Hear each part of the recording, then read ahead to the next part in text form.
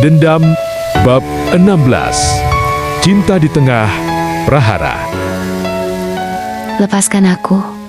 Siapa kamu? Aku berusaha berontak dari dekapan lelaki yang tidak aku kenal dan datang dengan sangat tiba-tiba. Hingga sebotol racun serangga yang aku beli tadi terjatuh. Shanum, tenang. Ini aku Aldian. Sebuah jawaban keluar dari mulut lelaki itu seiring merenggangnya dekapannya tadi. Lelaki tersebut kini memindahkan kedua tangannya ke kedua lenganku hingga kami punya jarak yang cukup untuk berpandangan.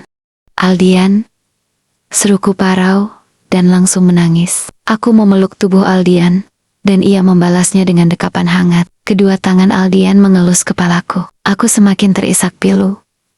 Aku sudah tahu semuanya, Shanum. Bisik Aldian parau di telingaku. Aku yakin lelaki itu juga menangis. Aku merenggangkan pelukan dan kembali menatap mata Aldian di keremangan halaman rumah. Kamu tahu apa, Al? Tahu dari siapa? Tanyaku heran, tapi makin terisak. Maaf, Shanum.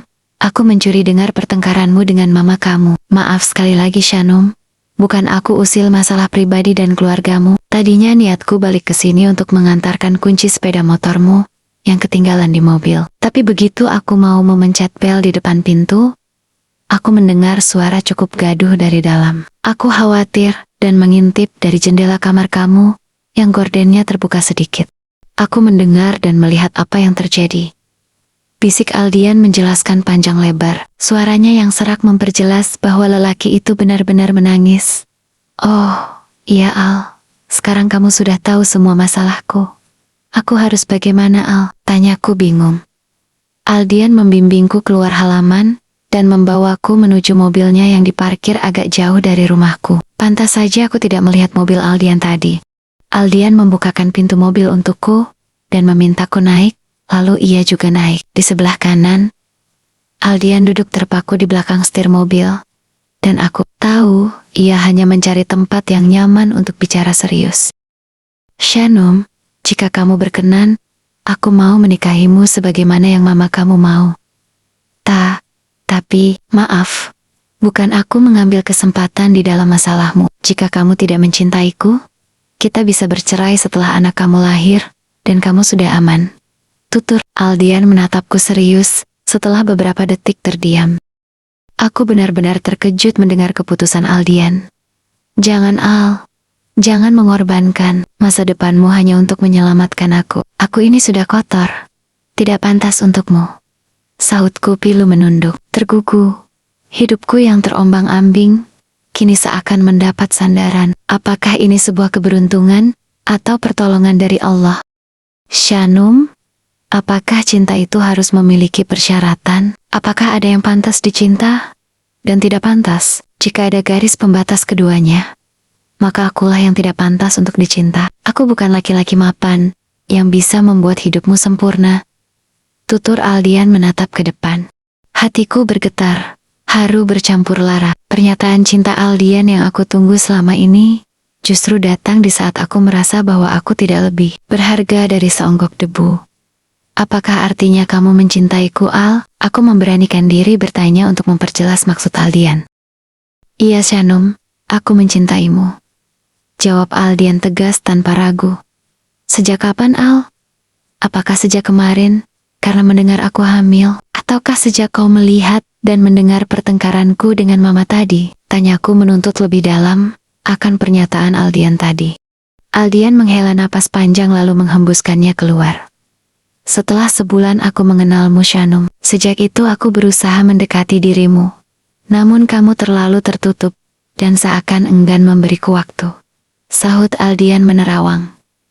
Aku memperhitungkan di dalam hatiku. Jika Aldian jatuh cinta padaku setelah sebulan berkenalan, itu artinya ia sudah memendam rasa hampir 1 tahun.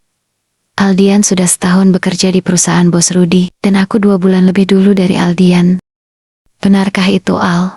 Air mata makin membanjiri wajahku. Sinar lampu jalanan yang masuk lewat kaca mobil membuat kami bisa melihat satu sama lain.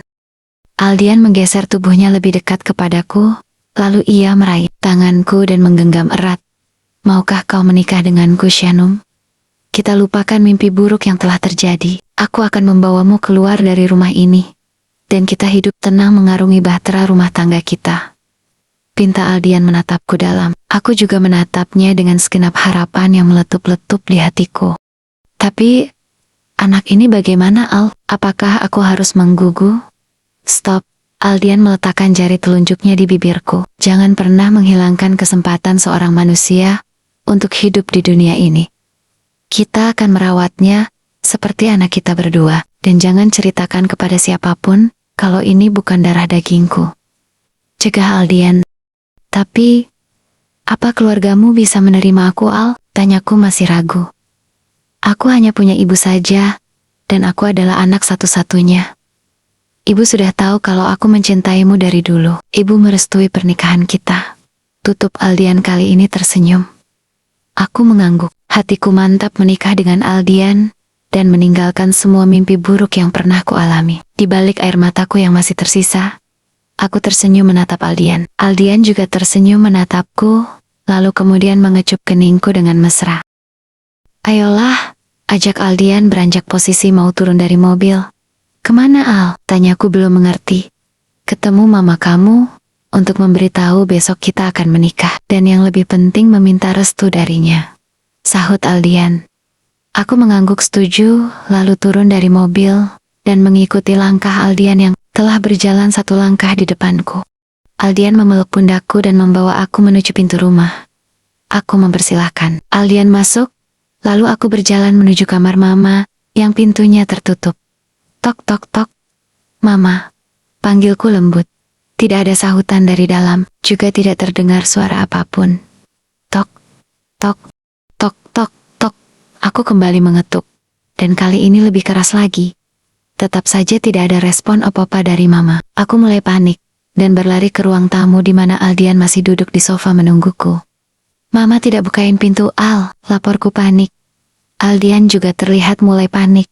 Aku dan Aldian berlari menuju kamar tidur mama. Aku kembali mengetuk, dan memanggil mama berulang kali, namun tetap saja tidak ada sahutan apa-apa dari dalam. Dobrak saja, Al, pintunya, seruku kepada Aldian. Aldian mengangguk, dan mulai mengambil ancang-ancang. Minggir Shanum, perintah Aldian kepadaku. Aku segera bergeser dari depan pintu mama untuk memberikan ruang kepada Aldian, yang sudah bersiap mendobrak pintu. Braa. Telapak kaki Aldian menghantam pintu dengan sekuat tenaga, sehingga engsel pintu mama terlepas, dan memberikan celah. Aldian menggoyang-goyang daun pintu, hingga terbuka dengan sempurna. Hah. Aku dan Aldian sama-sama berteriak melihat apa yang terjadi di kamar mama. Bersambung. Subscribe.